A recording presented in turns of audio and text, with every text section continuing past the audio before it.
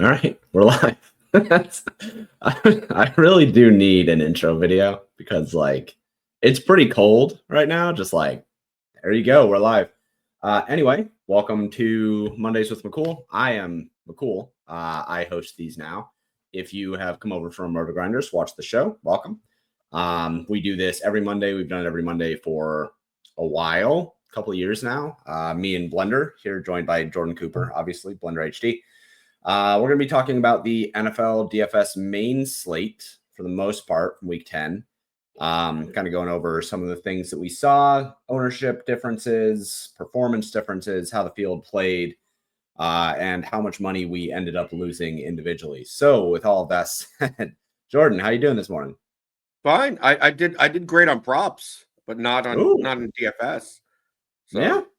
that kind of What that evens itself out. Yeah, no. That's how a lot of people should play these days. I think that a lot of it comes down to now that we do have access to prop betting and DFS.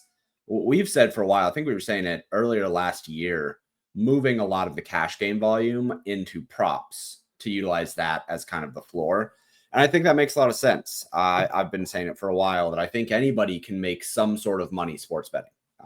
Now, if you get limited, that's one thing. If you are playing in a way that is kind of shitty or whatever, like that's another thing. But I think if you are following general prop betting practices and general sides betting practices, you can make money. There are enough tools out there to make it so you can find the right spots to attack. There are plenty of tools out there that make it really, really easy to get your action in across plenty of different books. So I think that makes sense. And I've talked to a couple of people in the community over at Paydirt that are on a cold streak on both. And that's when it really starts to suck, because then you feel like you can't do anything right. You can't even do the easy part right. But for the most part, I think that props are pretty much long-term, like the better floor. Are you, so you're doing props. Are you still doing pick'em stuff? No, I mean the Prize Picks and Underdog went to the peer-to-peer model, which basically just originally just added more variance. It's like, if I'm going to get the same numbers on Prize Picks that I could get on DraftKings, FanDuel, all the other stuff, why do I have to hit 5 or 6 of them? I might as well just play more straight bets. I mean, it just makes no sense. And now that the stuff like on DraftKings Pick 6 is like they're changing the way that a lot of these games are being played, where now the rake has gotten absurdly high. Yeah. That I don't know. I'd rather just make 150 bets of this unit size, and then okay, I made 6%. Yeah. Then have to worry, like, what do I pair with this? And well, on this side, I'm playing this number here, just like that. It's easy. Props are easy. Wednesday, I pretty much hammer everything that I can. See what comes out on Thursday. See what comes out on Friday. I mean, a lot of the stuff that I do now is, and a lot of people don't do in DFS, is I have a poker mindset now, and when it comes to this type of stuff, and in poker, and live poker at least, you always related things to your hourly rate. Right. So you divide things of like, okay, I'm beating this game for X amount of big blinds per hour, big blinds per hour. What is my hourly? If I played this game over hundreds and thousands of hours, how much do I make per hour? And in poker, like if you're playing like 2-5, 5-10, you can have an hourly rate of 70 an hour, 80 an hour, 60, 80, somewhere around there if you're doing well in the game. I do that for DFS now, because like, why don't I play NBA DFS? Because like the hourly is just horrible in comparison to other things. So I like, when it comes to props and DFS, it's like I don't spend that much time. So as far as the props are concerned, if I could schedule it out where I could do, okay, I do an hour here, a half an hour here, a half an hour there, and that's it, right? Yeah. Total 2 hours spent, and I get an X return of average return of 6 to 8% on $5,000 of volume.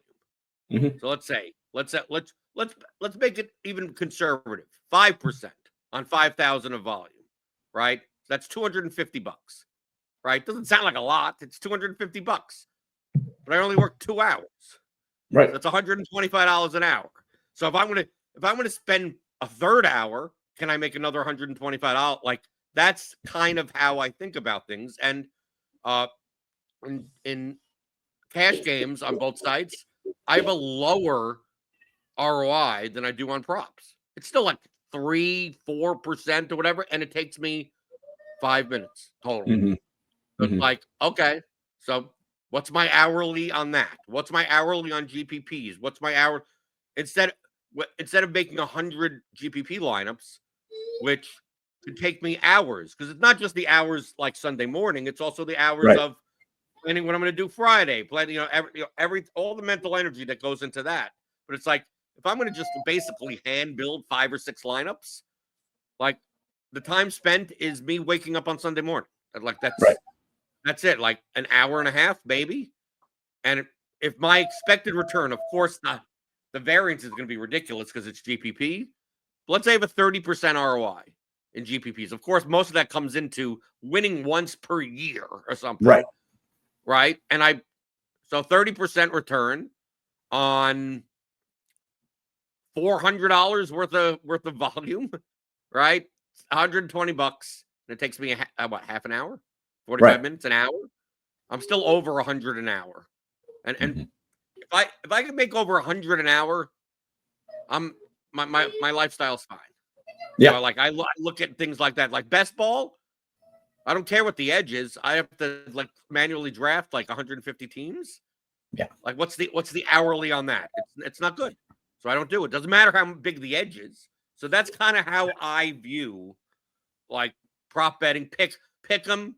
Just, it adds more work and it's not as profitable. So if I'm going to do anything, I'm just going to do more props. If I'm going to add as many hours that I can on the things that pay the highest hourly rate, and just so happens to be props. But at some point, you can't do that anymore. At some point, at some point, you bet all the things you can bet on, right, for the day, and you're done. And that's typically when I go out and play poker. Yeah, make money. Yeah, makes sense. So that's kind of how I've organized things. So yeah, I didn't do well in DFS this week, but I also had a quarter of the volume in DFS compared to props. That, like, it all kind of worked itself out. And then the GPPs are kind of like, can I win a big score? I'll commit this a little bit amount of money to win a big amount of money, and really condense my thoughts down into, okay, what types of teams do I really want to play? And if things go my way, I have a couple of teams that have this construction to it. And if it doesn't work out, oh well.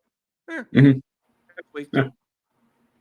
Yeah, I'm glad that you bring up the dollar per hour thing. Because I was doing some math. Greg Ehrenberg over on Twitter, who I'm going to preface all of this by saying that I love Greg. I think he's awesome. He's a really, really good bettor. You're talking about his $100 turn $100 into whatever the fuck? Yeah, I'm going to talk about that really quick. Because I like Greg, and I think that what he's doing is a really great show of what the tools can do that he is using. Okay, we'll preface all that.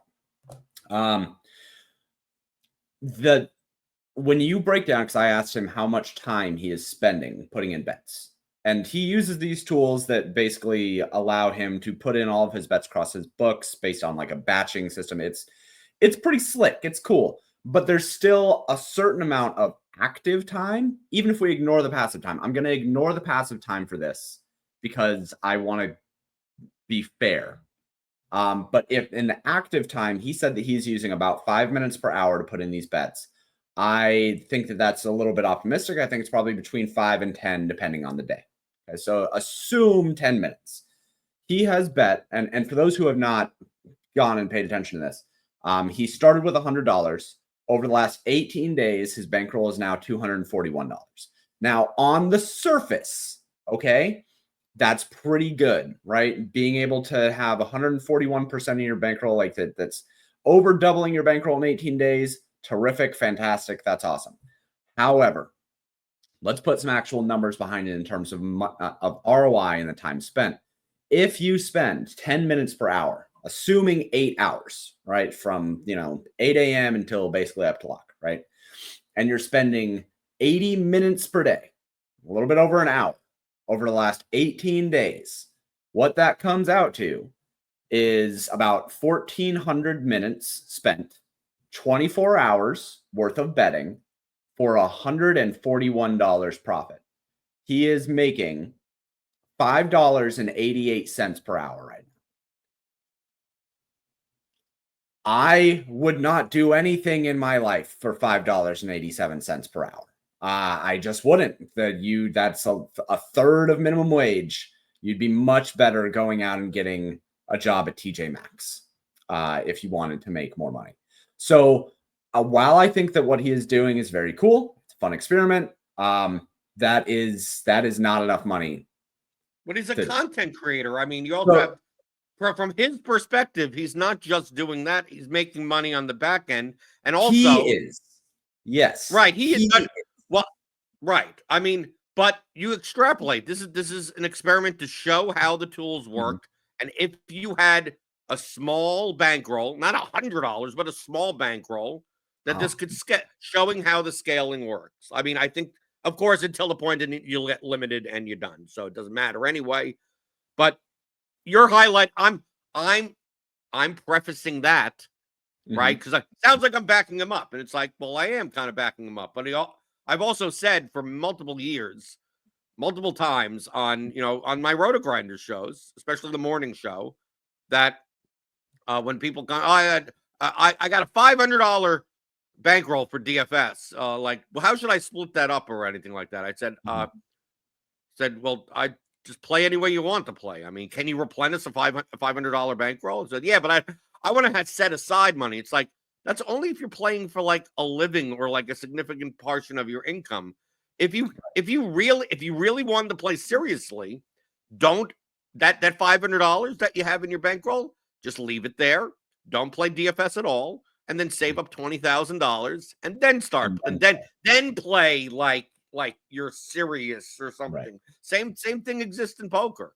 There are tons of guys, there are tons of people that I play with that are not bad, are pretty decent players, but they this is not their main income or anything. They're they make $150,000 a year, and they come, and whether are they adhering to strict bankroll management principles? No, because this is not their main income source. It's not even a significant income source for them. So if they want to take a shot on a big game, take a shot on a big game. If you want to play whatever the hell you want at that point. But if it's a main portion of your income, then all these things kind of matter. So from your perspective is like, if you could turn 100 into 250 in 18 days, you might as well have started with $10,000 and turned it into $25,000. That's what he's showing. But I understand that. I don't know if people, I could start with $100. That's the problem. That is the problem. The problem is, and again, and because I talked about this in the Discord this morning, but I think if he would have started with $1,000, this is a much more applicable example. If you start with 1,000, if you started with 1,000 and you turn it into 2,400, now you're making $60 an hour. Now, like that's almost worth it. And I don't even think that is quite where I would be happy to play. But that's more applicable. At $100, I think that I just think that it's really important to say, if you are following that along and you think that you can take this $100 and you can turn it into something, okay, but you should understand that the amount of time that you are spending to do these things, if it took you 1 minute per hour, that would almost be worth doing it to me. Almost. And that's not even including that it costs $100 a month to use these tools. So when you add that in, he has made $41, and now he is making $1.20 per hour or something like that. It's he could go to the Philippines and live the life. You absolutely could. But I just wanted to point that out. I think that it's important to understand the time commitment on these kinds of things.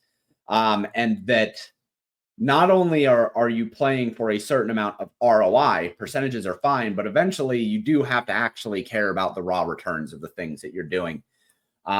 Otherwise, if your goal is to make money, there are a lot of ways to make money. Like you could go do DoorDash and make, I don't know how much they make now, $30 an hour or something like that. AKA about 5 times more than Greg is making right now doing this. So you could do both at the same time and make $35 an hour, right? I mean, like that's the thing too. I just wanted to kind of tie those things in together because I've been meaning to talk about that. But yeah, anyway, I guess maybe we should talk about the thing that people wanted to wanted to come here and see. Let's talk about Week 10 NFL.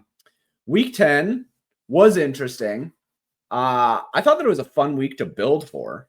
And I thought that there were a lot of like kind of interesting ways to go about building. I thought the cash games were extremely straightforward. There were like 2 cash lineups that you could have built. And if you played one or the other, that's fine. But there were 6 players that were straight up just, you were starting with those 6 players in your lineup. And if you didn't have those 6 players, you shouldn't have been playing cash. Well, I guess I shouldn't have been playing cash.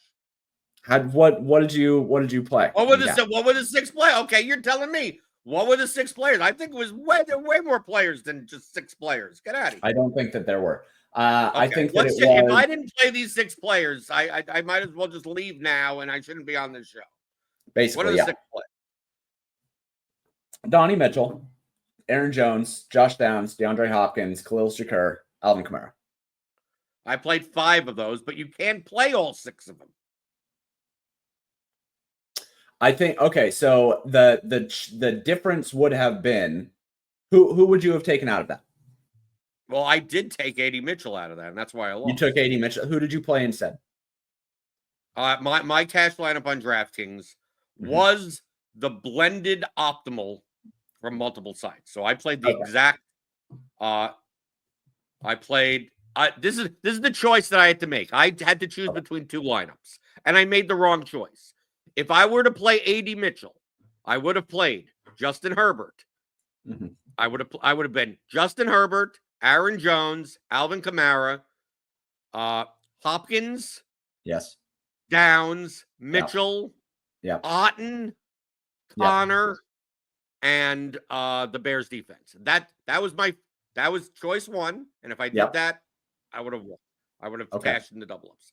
What I did do is I played the blended optimal, which avoided AD Mitchell, and I played Herbert, Aaron Jones, Kamara, Hopkins, Downs, Shakir, Otten, Taysom Hill, and the Bears defense. No. Double tight end.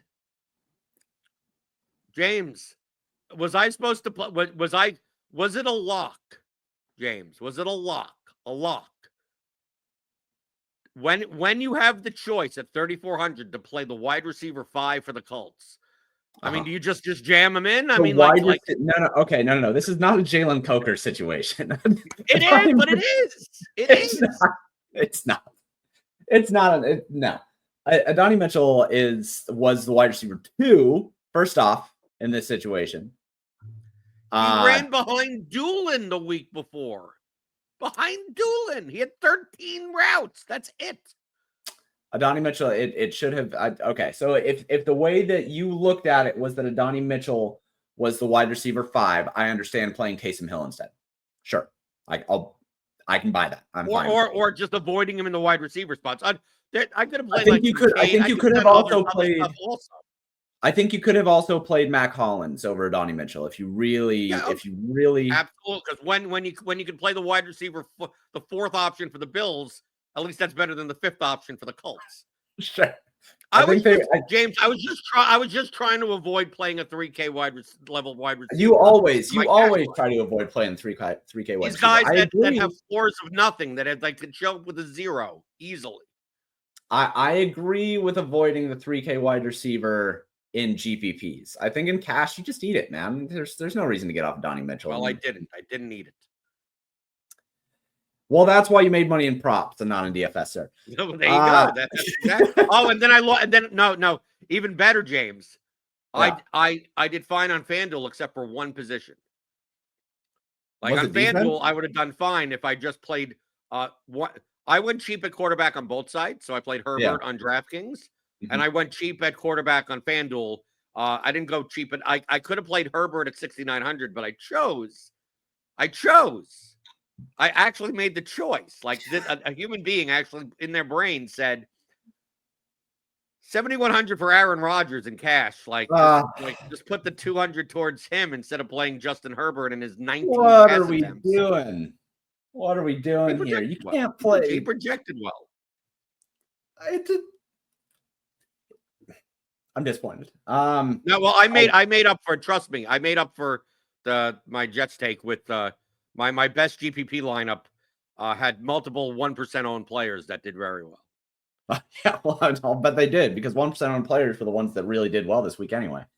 I didn't play cash. I only played GPP. I had one GPP lineup, and my one GPP lineup this week was a Colts stack. So I was all about Josh Downs and Donnie Chalk? You just ate.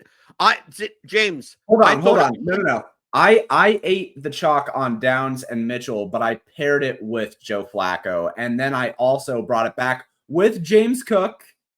I had a low on James Cook. That's fine.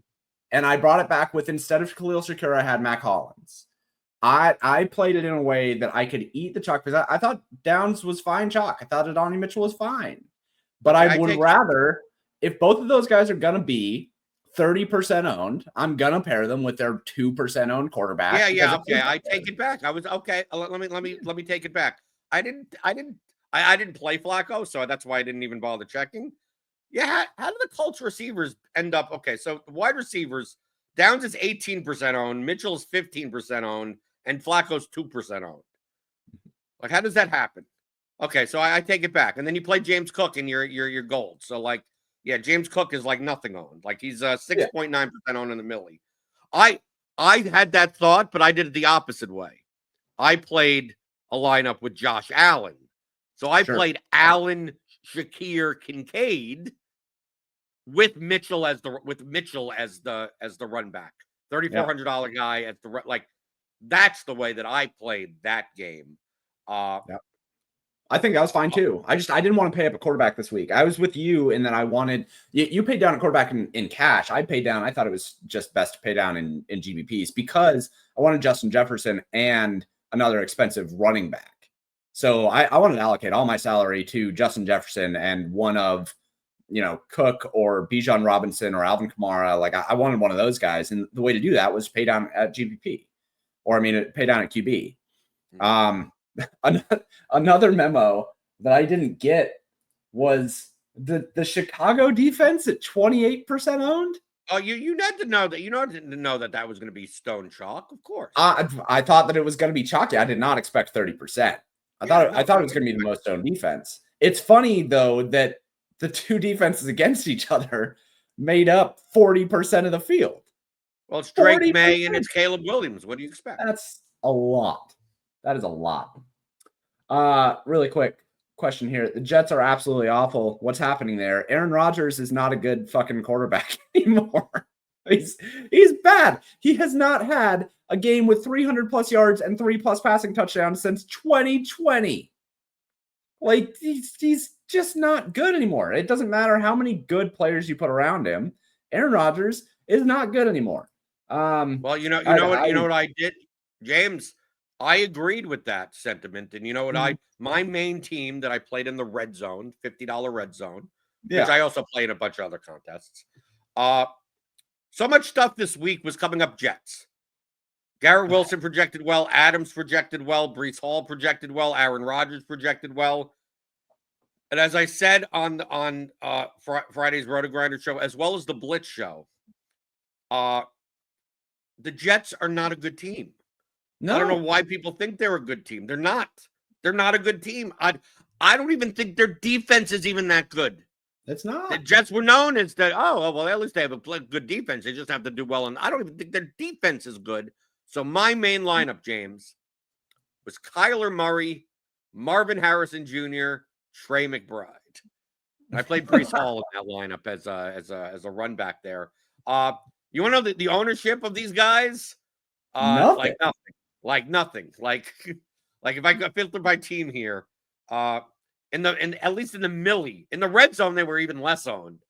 Trey McBride 3%, Harrison 2%, Murray 1.5%. And on a week where it was a very low scoring week, getting 28 points from a quarterback, 16 from a $6,400 wide receiver, and 11 points from a $5,700 tight end wasn't all that bad. The only problem is, James, because I knew I was building very contrarian. This is the lineup that my other running back spot is Aaron Jones, and my defense is the Bears, and my other wide receiver spot is DeAndre Hopkins with his 9 points. So didn't really get there. It wasn't my Bijan, and then he got a guy. Then in my Bijan lineup. So I have a Bijan lineup with 31 points, and it's built around I believe. Who did I play? I think that was built around Jaden Daniels. I played a Jaden Daniels. I mean, that was low owned. I mean, take a look here.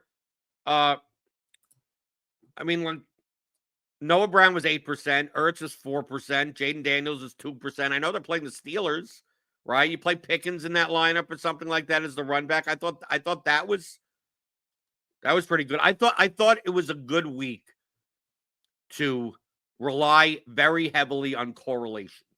Yeah. And the reason for that is I don't think anyone projected well. I mean, take a look at the results. The difference between the good plays and the average plays and the bad plays, is 2 points. I was running stuff in lineup HQ, and I ran 300 lineups with like 4 uniques with tons of add some variance and everything, and the amount of lineups within 10 points of the top, from optimal to 10 points below, I didn't even get to. Right. Yeah. So you take out the 4 uniques that now next thing you know, there's thousands upon thousands of lineups. And I look to see what quarterbacks, this is without stacking. And it's like 12 different quarterbacks, 8 different running backs, 24 different receivers. And when I start seeing that, it's just like, you can kind of play whoever you want. And in a play whatever you want environment, the thing that people aren't going to do enough of is correlate them, right? They're going to go, I'm going to play. Someone's going to say, I'm going to take a shot at Marvin Harrison, but not play the Cardinals stack, right?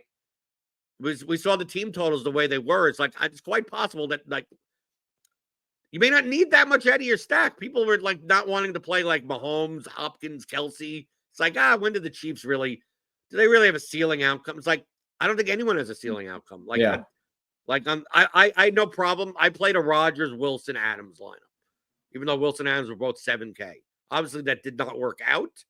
Right. But I wasn't concerned that I have 2 7K receivers. It's like, can they both get 30 points? It's like, I don't even think they both need 30 points.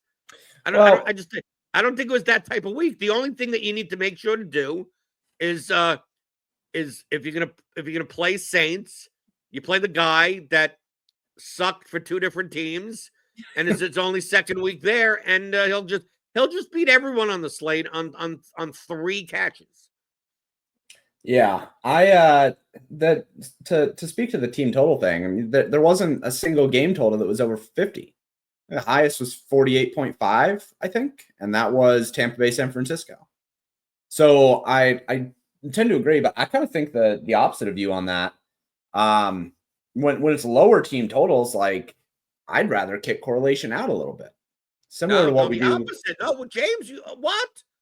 Yeah. No. Hear me out. I think that if you are to take team totals at face value and build top down and say that nobody is really going to project all that well. Oh, no, you're right.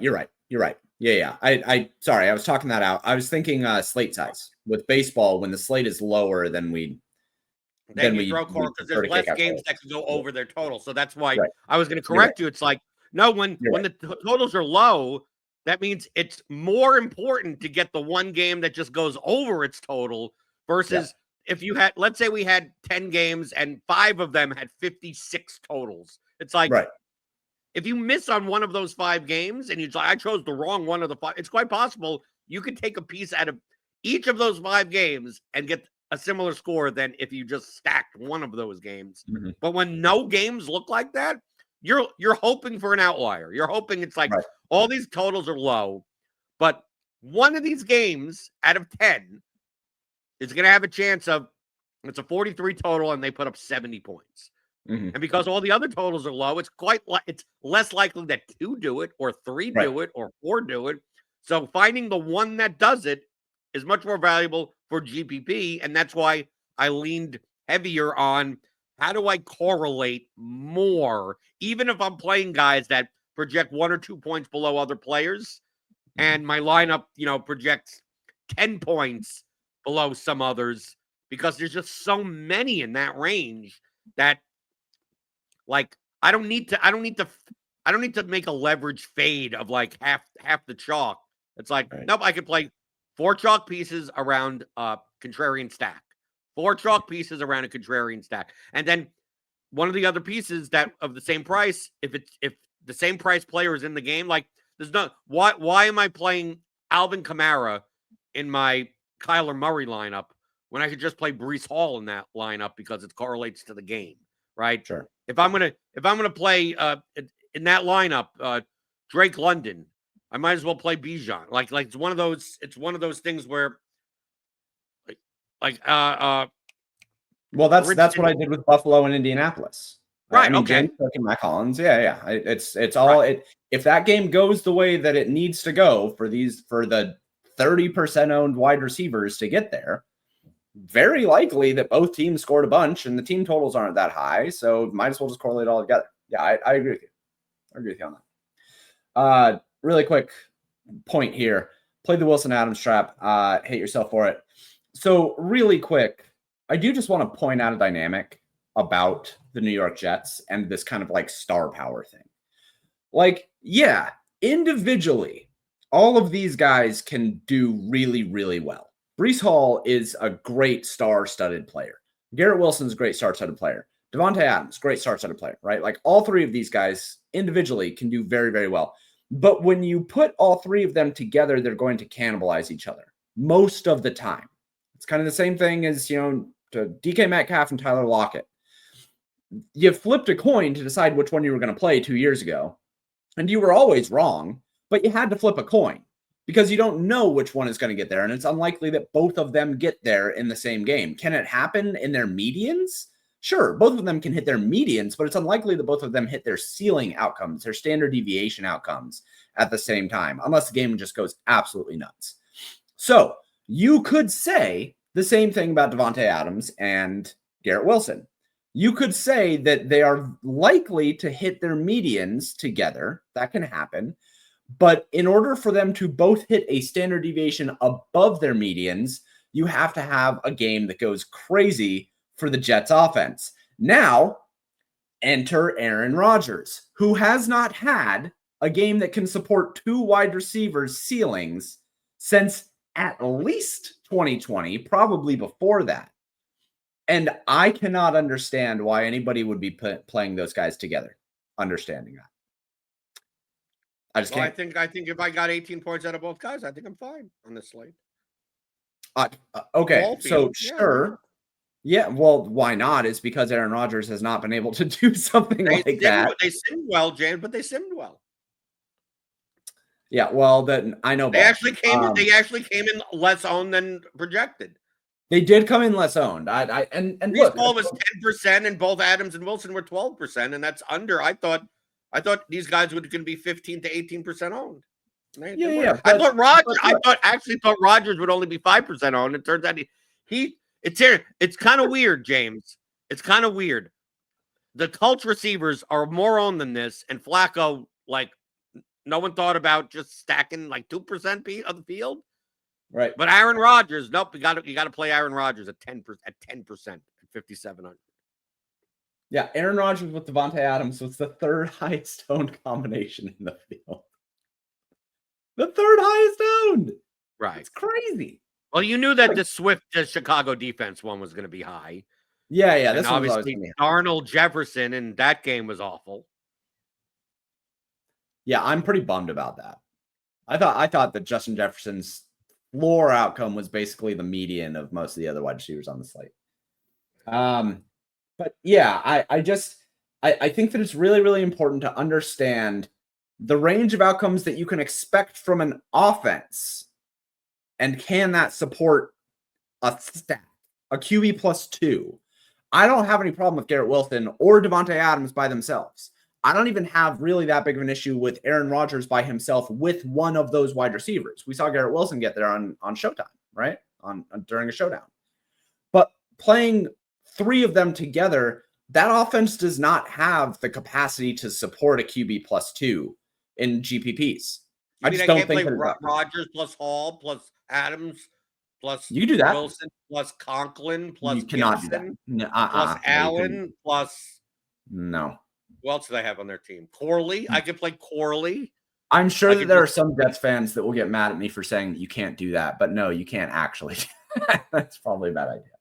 Rucker's cheap. I could play Rucker. I could play double Rodgers plus Conklin plus Rucker. I guess you could if you hated yourself. With Gibson, and then pay up for Jefferson. Don't be doing that. Done. Awful. Want to say these are all going to be great Aaron Rodgers podcast guests, by the way. Yeah, dude, the prophecy is coming true. The prophecy is coming true. I said it. When I saw in Red Zone that he was going to the Blue Medical tent. It's like, he's going to and anytime he leaves, it's like he's going to record a podcast. He's going to talk to Elon. He actually went in the medical tent. He wasn't hurt. He was going to talk to RFK Jr. Yeah, RFK Jr. Exactly. That's what I said. I was like, do you think he's texting RFK Jr. right now? Sure he is. Okay, running backs. So we talked a little bit about quarterbacks. Running backs. Was there anything that kind of caught you off guard in terms of ownership? Yes. Running backs? I thought that I had Aaron Jones projected as the highest ownership at running back at 25%. I thought that James Conner would be there. I did not think that DeAndre Swift would be the second highest owned running back. Because the Bears defense. I mean, that makes sense. Yeah, that correlation makes sense. I didn't account for it well enough. I only had him at 16%, but him coming in higher, I think, makes sense. Well, I mean, in GPP, a running back I played the most of was Kareem Hunt at 6,600. Oh yeah, loved him. 9.5%, pretty good on that. The thing that surprised me the most, I didn't play him in any lineup. I mean, I only played 6 lineups, but sure. Saquon Barkley at 22. Saquon Barkley being more owned than Alvin Kamara. Yeah. And Bijan Robinson and Christian McCaffrey. You're bad. I mean, like, I don't know how you project Barkley, but Barkley, I view very similar to, I mean, truthfully, probably worse than Derrick Henry.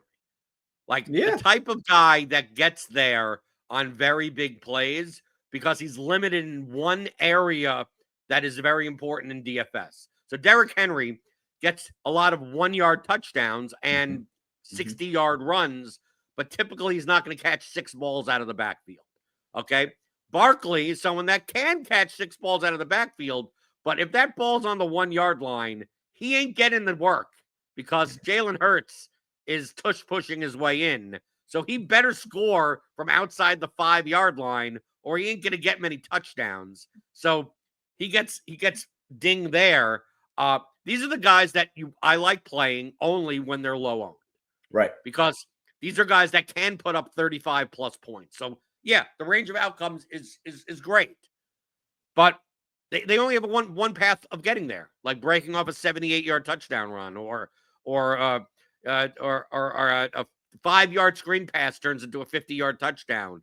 I'm not going to play it at 22% ownership at the third highest owned running back on the slate at 8,300 when Alvin Kamara is sitting there and Alvin Kamara projected for 4 or 5 points higher median than Barkley.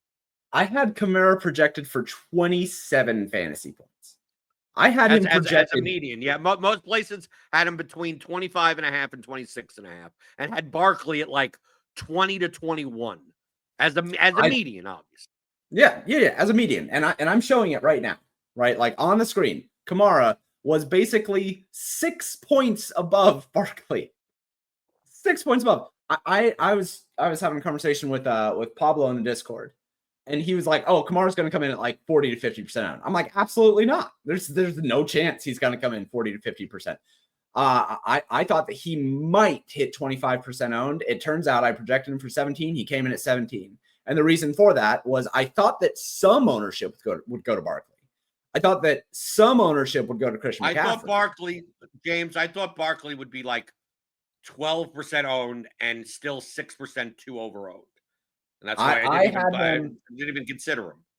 I had him at 14% owned. And granted, I thought that he was I thought he was a good play in terms of ceiling. There's zero chance I'm playing him over Kamara. There's zero chance I'm playing him over Kamara.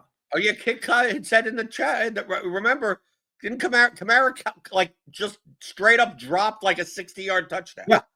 It would have put him over the 100-yard receiving bonus and gotten him a touchdown, and he would have nuked. There you go.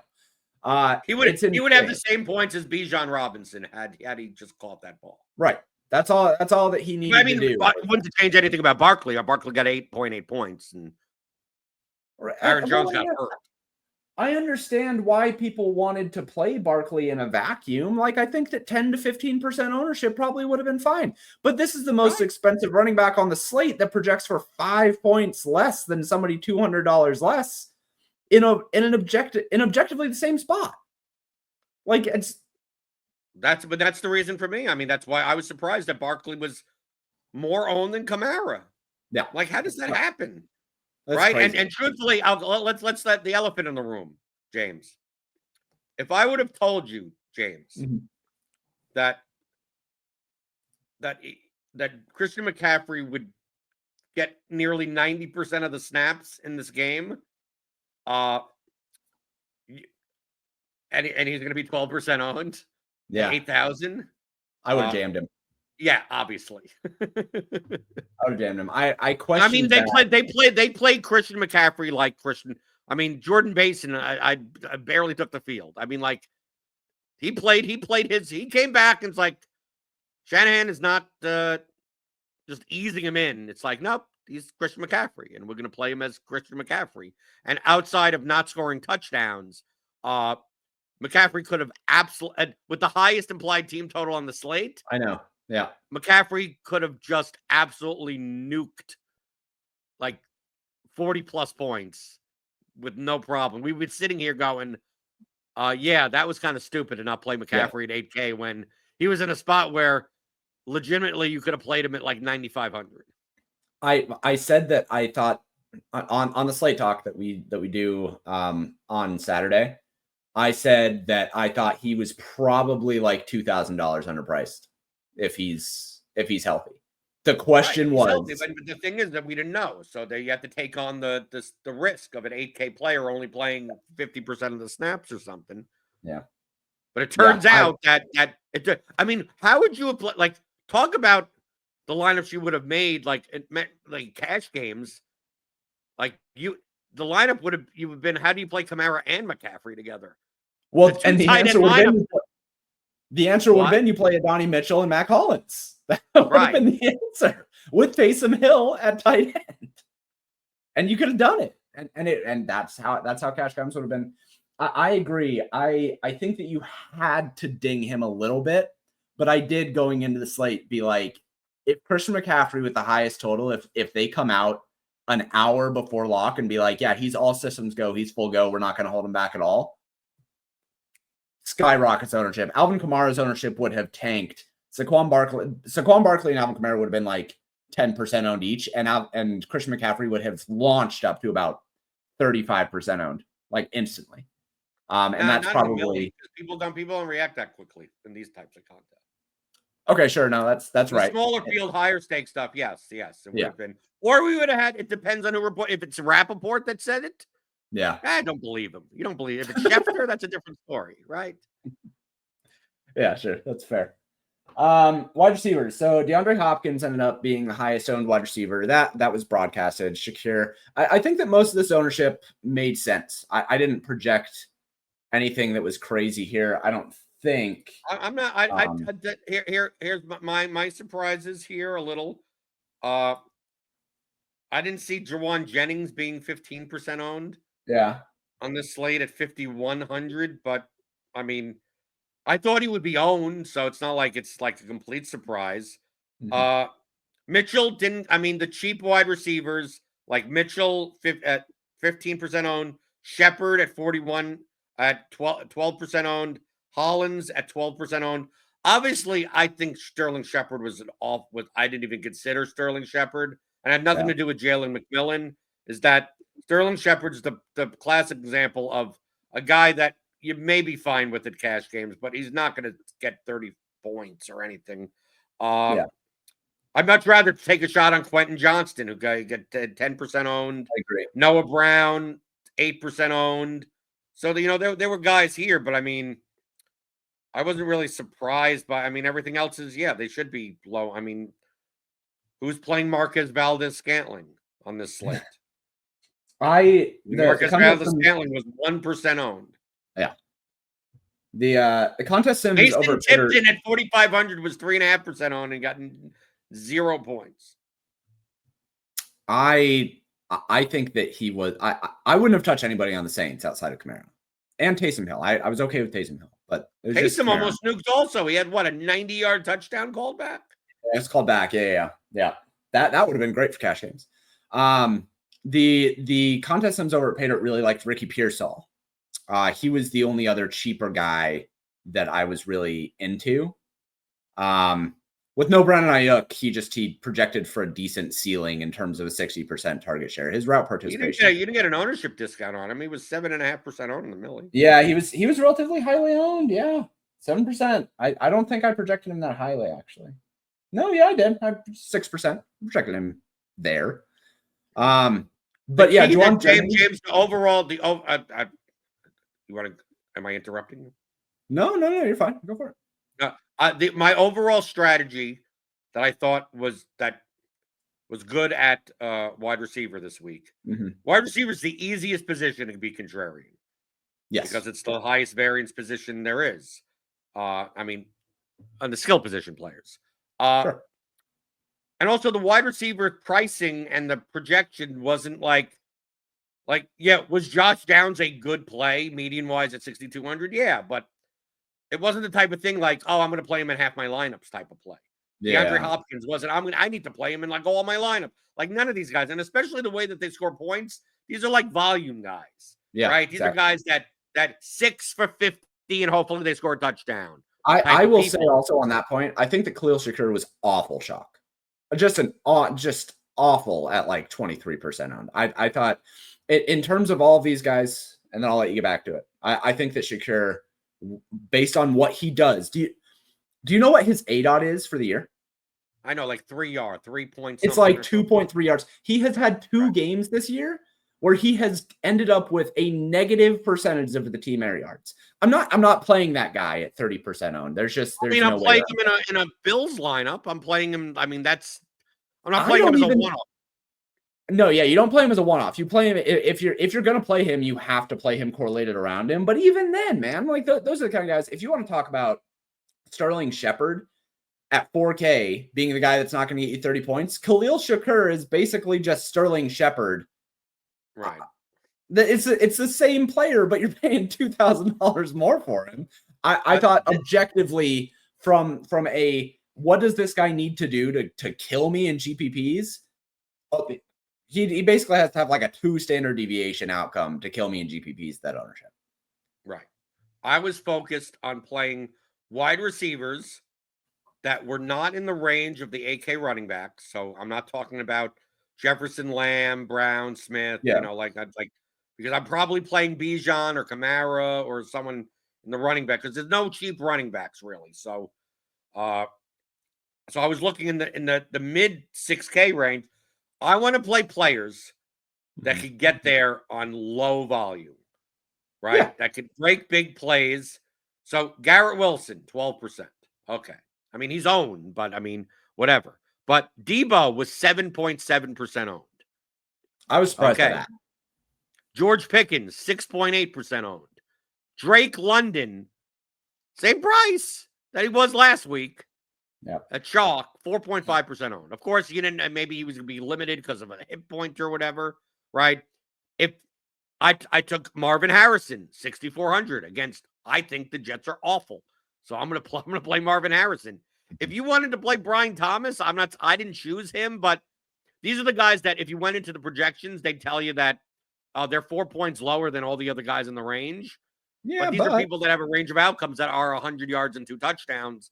So if I'm going to give up 4 points in median, I'm going to give it up for 4 points extra in like the 80th percentile outcome range. Yeah. Not like I'm not going to say, well, I'm going to fade Shakir and I'm going to play Lad McConkey. Right? It's like, well, you're playing the same guy. Right, you're playing the same guy. Like if you said, I'm not going to play Shakir, I'm going to play Calvin Ridley or Cortland Sutton, it's like, oh, okay. These are people that are significantly lower owned that can get there on 4 catches, right? Mm-hmm. Could get like something like thinking those types of terms. If you said, I don't want to play DeAndre Hopkins, I'm going to play Roma Dunze. Calvin Ridley. Same price. I mean, obviously he's in that range also, but just like in just those types of players. Hey, if you said, I'm going to play Quentin Johnston at 4,900 instead of Hopkins, I think that's what you should have been looking at doing. And primarily at wide receiver and being kind of chalky at running back. I mean, my running back pool was pretty limited, right? Mm-hmm. And I tried to get as little. I played more Hunt and Connor than anything else. But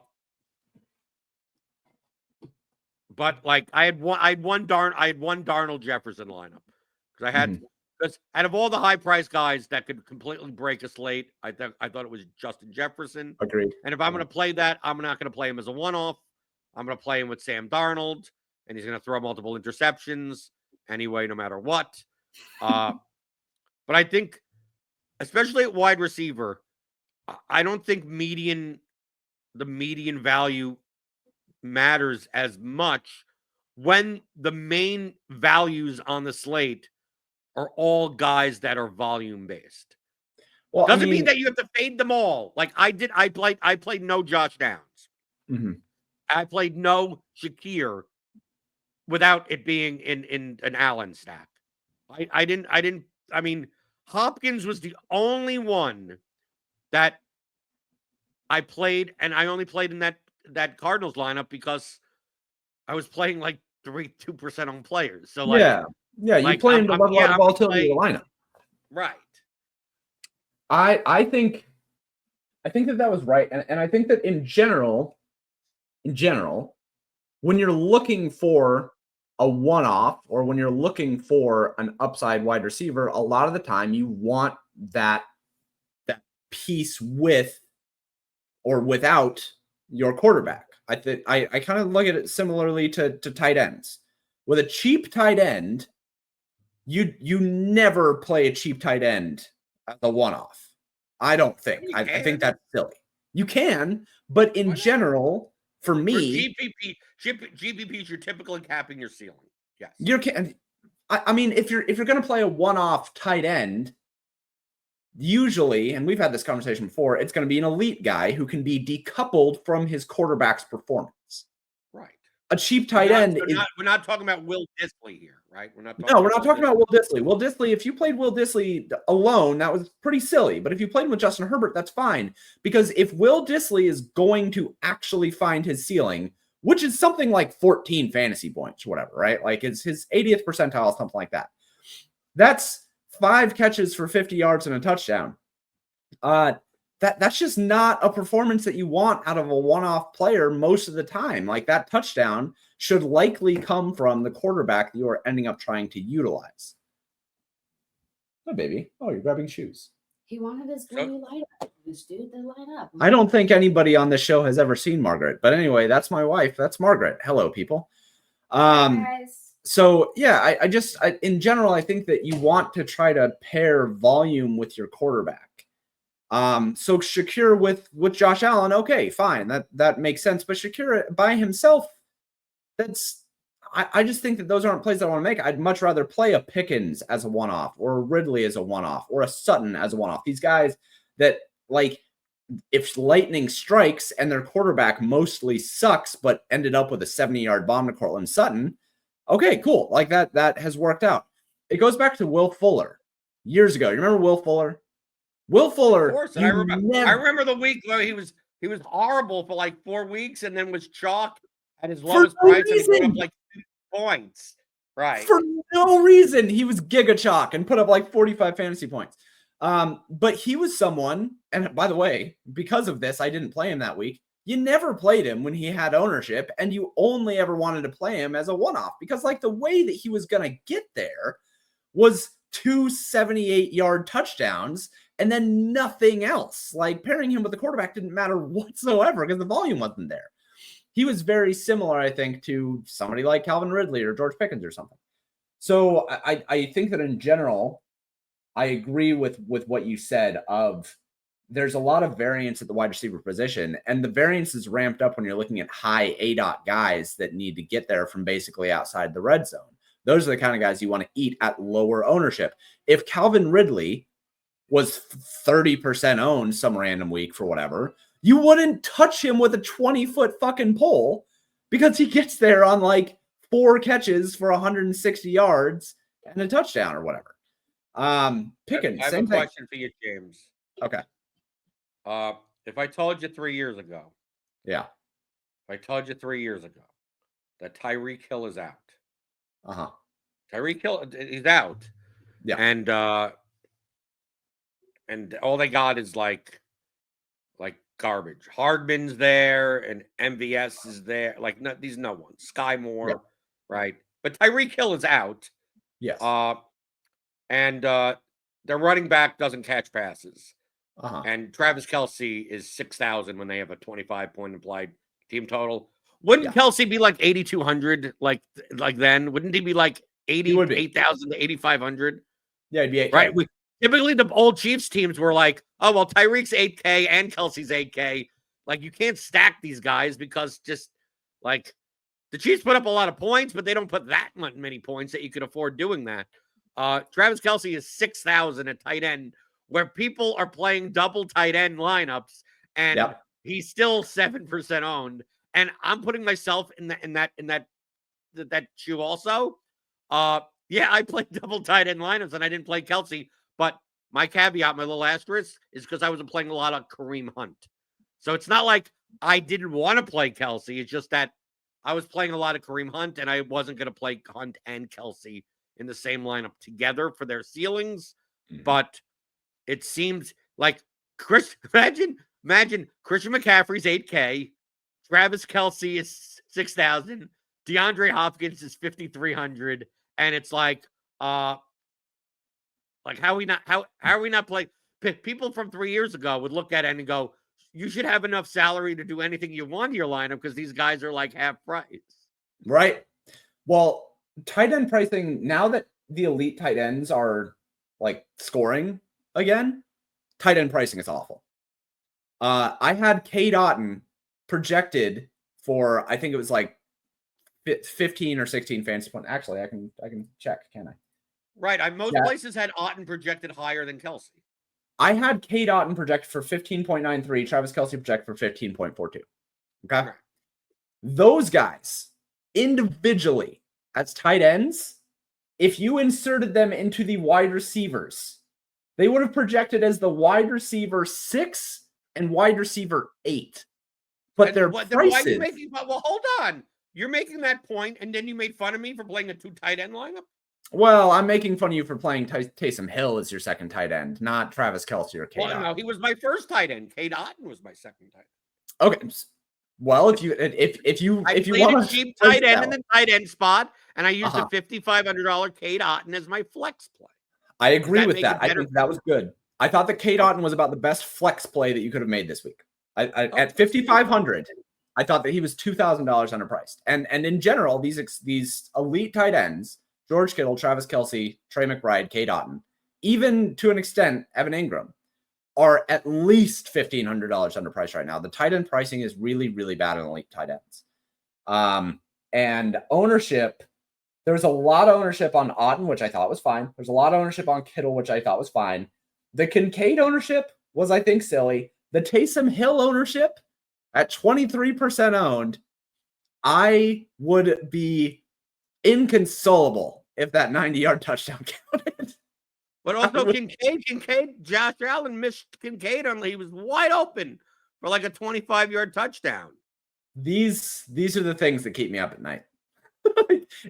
If Taysom Hill gets that 90-yard touchdown and Alvin Kamara drops the 50-yard touchdown, done playing NFL for the year. That would have broke me. That would have completely broke me. The 90-yard touchdown would have added what we're talking about. Taysom Hill would have 22 fantasy points. Yeah, he would have absolutely just shattered the slate at 22% owned. Right. Would have broken me. I agree with you. Travis Kelce at 6K, way underpriced. Kittle underpriced. Cade Otton underpriced. 2 tight end right now. If you're doing 2 tight end in terms of 2 expensive tight ends, that's the way that I think you should be doing. I think you should be pairing these guys together. Travis Kelce plus George Kittle, Cade Otton plus George Kittle. Like, I thought that George Kittle and Cade Otton as a 2 tight end build was one of the coolest things that you could have done in NFL DFS so far this year. Same game correlation, secondary stack of Cade Otton and George Kittle with a 2 tight end build. That's a GPP contrarian builder's dream right there. That is fucking cool. It didn't work out because Cade Otton ended up not getting the touchdown that Rashad White got. But if Cade Otton catches that 12-yard touchdown instead of Rashad White, that's a really cool combination that would have worked out really, really well. But yeah, tight end pricing is bad right now. And I think that until these expensive tight ends are priced where they should be, and I don't think they will. I think the pricing algorithm is just going to be low on tight ends on DraftKings all year. I think that 2 expensive tight ends are more than useful and should be something that you are aiming to do in GPPs because you're saving anywhere between $3,000 and $5,000 in salary based on their medians. Their medians are terrific for the workloads right now. That they typically project better than the wide receivers in their price range. Yeah, by a long shot.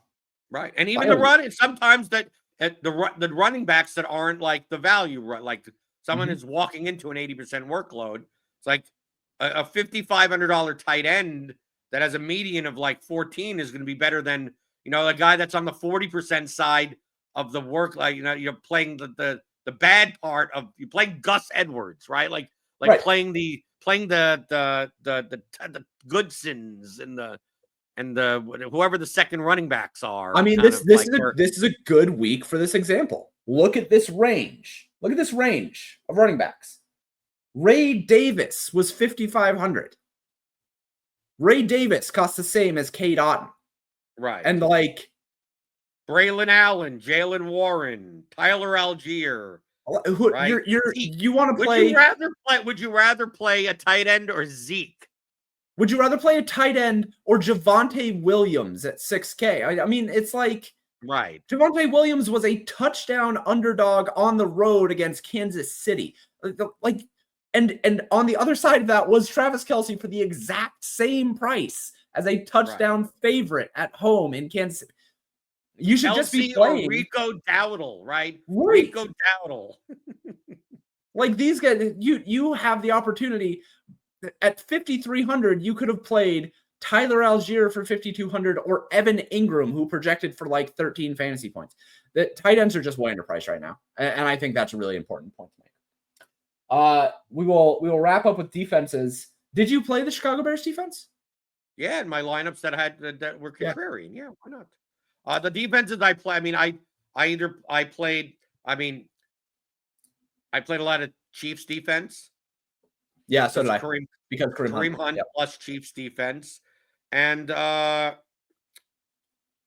other defense did I play? Oh, I also played the Washington defense at 3,100 against Russ Wilson. In lineups where basically those are the lineups where I needed to not play the Bears chalk defense. So like for $100 more, there's the Washington defense. I mean, remember, I only played 6 lineups, so that's Only so much I could do. I mean, I played the Chiefs defense. I thought the Chiefs defense was a good play with Kareem Hunt. I thought Kareem Hunt was like the best play in the slate. But it's what it is. Really quick, wanted to answer this. You're really struggling with cash games. So the key to cash games, the easy button for cash games, just to one, run an optimizer first, Right. and two, run an optimizer on ownership. And then that's it. People overthink cash games a lot by a long shot. No, they underthink cash games, James. I want to fight back on you. The underthinking. Playing cash games has nothing to do with your lineup. Cash games have to do with your opponent's lineups. Yes. So really, in order to play cash games, you should be focused on where the bad players are and how do I play in as many contests with them as possible. Sure. Outside of that, the lineup that you play should take like 3 seconds, and you should be spending your time bum hunting the lobbies. Like most of my cash volume is in head-to-heads. Yes. Now I do play the big double ups, right? Because there's only single entry and there's 4,000 people. There are tons of dead lineups in those ones. And then the other ones that I play are the ones that are posted like 30 minutes before lock. Yeah. Right. 5 minutes before lock, it's 11 of 23. These are the latecomers and everything that typically are dumber people, or like, it's not typically. I mean, who knows? It's a little bit, they tend to be a little bit easier. So truthfully, it's not like if you're struggling with cash games, that means you don't have a projection set that you just press the button and say, what's the optimal, or what's the highest own lineup, or play one of the top 10 optimals. Just like, oh, the optimal has 2 tight ends. I don't want to play 2 tight ends. Okay. Well, then play the top one that it doesn't have 2 tight. Like the difference between the top 5, top 10 lineups is like that isn't where you're making your money. You're making your money by having your $10, $20, whatever head-to-head being taken, and then you take a look at the lineup that you're playing against, and it has Rico Dowdle and Zach Ertz in it, right? Like, that's where you make your money in cash games. Right. So really, it's more of a, well, if you're not doing well in cash games, it's either you don't have projections, or you're putting yourself in contests that are less advantageous when there are more advantageous ones available to you. That's correct. That's exactly right. So from a ladder up, the first thing, get a projection set. Go subscribe over at PayDirt. If you don't have a projection set, that's table stakes. Go subscribe to PayDirt, projections, ownership, everything you need over there. Then the second layer up. Use those projections and don't overthink it. Just optimize. You can either optimize by projection or optimize by ownership. I always tell people to optimize by ownership because I think it's more consistent, but whatever. Picking the lineup itself based on the projection should take 2 minutes at most. If you absolutely must make a 1v1 decision, flip a coin. That should take about 10 seconds. And then there's your lineup. And then the third line, just when I said earlier, I played the 2 tight end lineup. My decision was, do I play A.D. Mitchell or do I not play A.D. Mitchell? Yeah. And had I played A.D. Mitchell, the top lineup was the blended optimal.